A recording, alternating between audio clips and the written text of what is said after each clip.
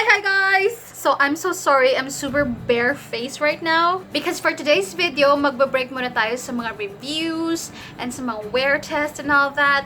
Let's just sit down, magpaganda lang tayo ng bonggang-bongga, and alam mo yun, mag-relax, mag-chill. But to make this more exciting, ako ay gagamit ng mga powder tints. So, usong-uso nowadays yung mga powder tints. So, may mga YouTubers na naglabas ng mga lip swatch and all that, ng mga iba't ibang klase, iba't ibang brands ng powder tints. So, nung naghanap ako ng brand na gagamitin, parang ang dami-dami. So, na-overwhelmed me.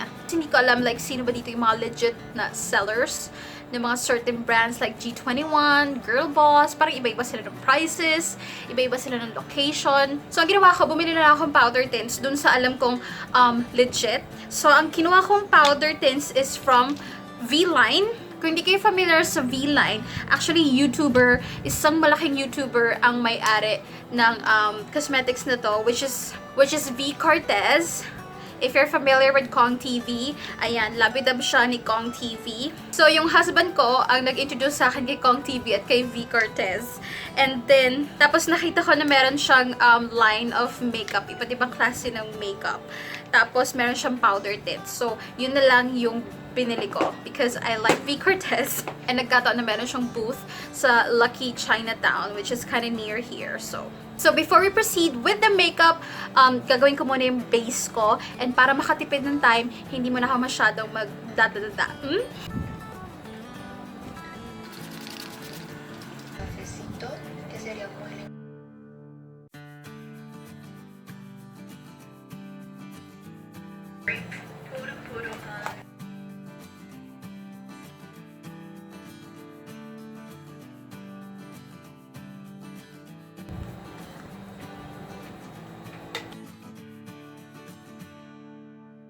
So, hindi muna ako magka-contour and highlight because I wanna do the powder tints muna. But, I'm gonna set my base. Gusto ko kasi ngayon ng dewy, fresh, and close to natural skin. So, isaset ko yung face ko with this Keep Cool and Ocean Mist. This mist will give you a really, really nice, dewy, glowy, fresh na base. And this is available sa Carrie's shop ko. I will link it down below.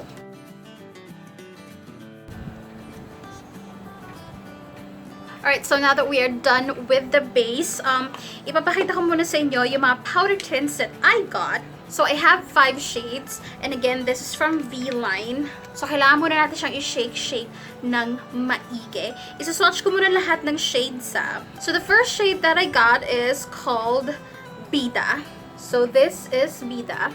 Isa-swatch ko siya sa inyo, guys, just in case you're interested with this brand. So, ito yung shade na Bida at ito yung parang pinaka-lightest shade and ito yung parang nude na brown with a brown undertone. But honestly, you guys, powder tints are not for everyone. Para siyang tint, nagda-dry siya into, powder finish. Pero, I'm pretty sure lahat ng brands, hindi pantay-pantay yung distribution ng powder element. So, you really have to blend it really well. And also, you gotta have patience and determination na pantayin siya sa entire lips mo. Hindi siya basta tint lang na pwedeng hindi ka nakatingin sa salamin, ganyan-ganyan ka lang, and then you're good. No, it's not like that. Next shade, meron tayong parang dalawang orange tones. So, we have a pretty light orange. So, this shade I'm wearing is called Super Contrabida. And eto siya kapag medyo natuyo na. So, it's like a burnt orange. Akala ko magiging mas lighter siya, pero pag sinuot mo, it's kind of deeper. Yeah. By the way, guys, yung mga powder tints, they're not long-lasting. Pag kumain ka, they are gone. Shade is called Friend ng Contrabida.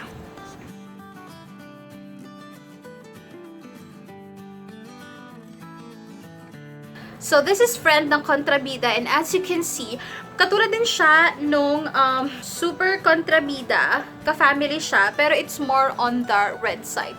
Tingnan nyo, ito medyo ma-orangey pa. Ito talagang more on the red, brownish side. So, this is Friend ng Contrabida, just in case you're interested. Pero guys, I need your help. Mag-suggest naman kayo ng mga ng magandang brand ng powder tints. So I want you to comment down below a good brand plus Plus ha, good brand plus a legit good seller where I can buy them. Because, alam mo yun, ang tagal-tagal ko na kasing hindi bumibili online sa isang, independent seller. Make sure na try nyo na, bebe, ha? Down to the last two shade. Ito parang ma-red-red. And this one is parang ma-pink-pink. Unahin mo natin si ma-pink-pink. And this is Friend ng Bida. So, this is Friend ng Bida. Ma-wetty-wetty pa siya ng bonggang-bongga. This one is a blue-toned pink. So, again, this is Friend ng Bida. Okay, that I have is called Medj Contra Bida. Ayan, si Medj Contra Bida. It's red, pero alam mo yung pinky red? So, this is Medj Contra Bida.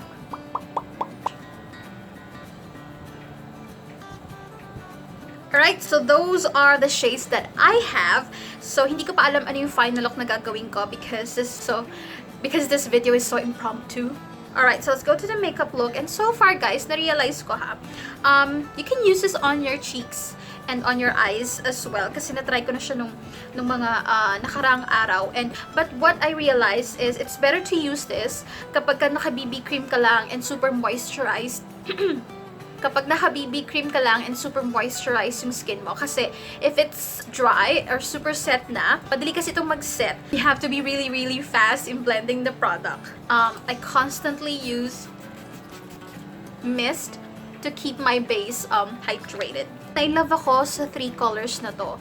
Feeling ko ito yung parang major colors na gagamitin ko. The key to success, you guys, is gawin yung pan, yung kamay nyo. Maglagay muna kayo dyan. And then use your fingers. And then yun yung slowly build up sa eyelids. Or you can rub your clean fingers directly dun sa ball. Sa roller ball. So you can get more product. So, I am just freely applying this.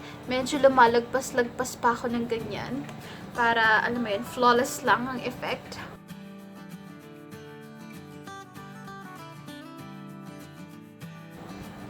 Cute!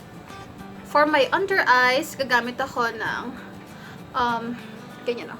Kaya kanipis na brush. And yun ang ilalagay ko. So guys, if you want something different for sa ilalim nyo, try nyo gumanyan, no? Ganyan kaya.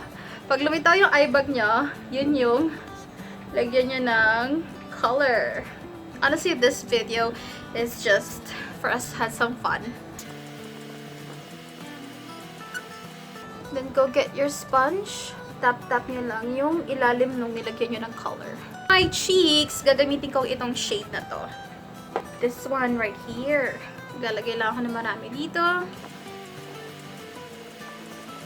And bilis niyang matuyo. Try ko kayong gumamit ng spongelia. Let's see if it's gonna work. So, I am focusing lang sa apples of my cheeks. By the way, guys, if you want a more natural looking na drunk blush, huwag niyo talagang gawin yung ganon. Ayoko talaga nakakita ng drunk blush na ganun, be. Super structured na ganun. Aabot talaga dito ng ganyan. Tapos ganun. I mean, kanya-kanya tayo ng style. Kanya-kanya tayo ng preference. Pero, ako personally, parang ayoko na masyadong structured na drunk blush. Maganda yung medyo kalat-kalat lang siya ng ganyan. Because it looks more natural. I'm gonna get a little bit more. And, apply it here. So, hindi mo na ako nag-contour ng nose. Kasi pag inuno natin yung contour, mabubura lang yung contour. So, uulit na naman tayo. So, yun muna. For the lips, ito ulit, yung pinaka-nude.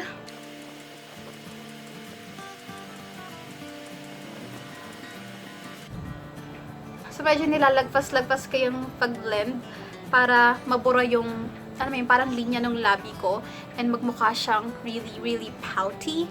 Honestly sa camera, hindi nyo masyadong makita yung difference ng color nila. Pero mamaya pag nag-photoshoot na ako, kumuha na ako ng mga photos in real HD, makikita nyo yung parang difference ng mga ng mga shades. And then I'm going to get this color, yung friend ng kontrabida. It's this one? No, this one right here. Of course, mag-ombre lips tayo. Uunahin niya yung first stage, which is the line. Ayan. And then you blend it.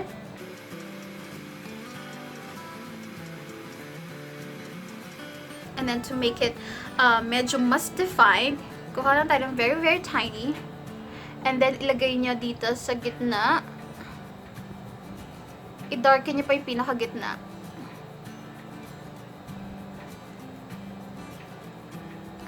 Asin yung gitna lang. Para magkaroon siya ng parang shadow, na parang kala mo ang lalim ng part na yon. Pero guys, remember, iba-iba tayo ng labi. So this one is applicable kapag ka, alam mo, may enough space dun sa labi mo. Pero if you have thin lips, ibang klaseng ombre yung kailangan mong gawin. Which is darker yung outer, and then lighter yung inner. So, magmamascara lang muna ako. I'm so sorry guys. So, choice nyo kung gusto yung mag-eyeliner, but wala akong matinong eyeliner ngayon. Kasi yung ginagamit ko na eyeliner, yung felt tip pen ay natuyo dahil naiwan ko nakabukas yung takip. So, umorder na ako ng bago. This is my eyes after ng 1 kilong mascara. For today, gagamitin ko muna tong highlighter ko from J.CAT kasi parang ang tagal-tagal ko siyang hindi nagagamit. Pero alam mo yun, you can use whatever highlighter. Ay, wait, charot lang. Contour muna pala. Vice Cosmetics!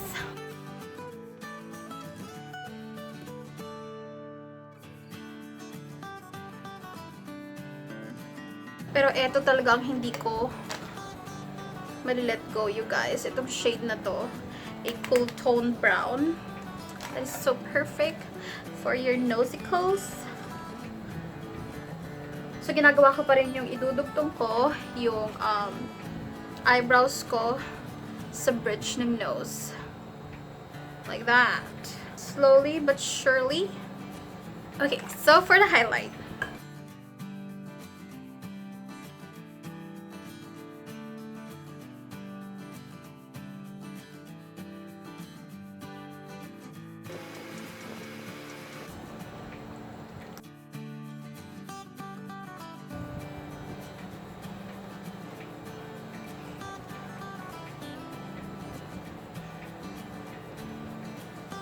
Alright guys, so this is the finished look of everything. Well, not necessarily everything, but you know, yung colors na ginamit ko for my face is everything powder tint. Hindi pa ako masyadong satisfied sa performance ng powder tint ng V-Line. So, I'm really looking forward to your suggestions, you guys. But again, this is the finished look. Nag-enjoy ako sa chill makeup session natin. Be sure to click the notification bell para, alam mo yun, updated ka kaagad kapag ka nag-upload ako ng video. Don't forget to subscribe.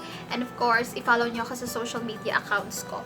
Lahat ng info about me or about my social media accounts nasa link down below. Again, thank you so much for watching, and I will see you in my next one. Bye-bye!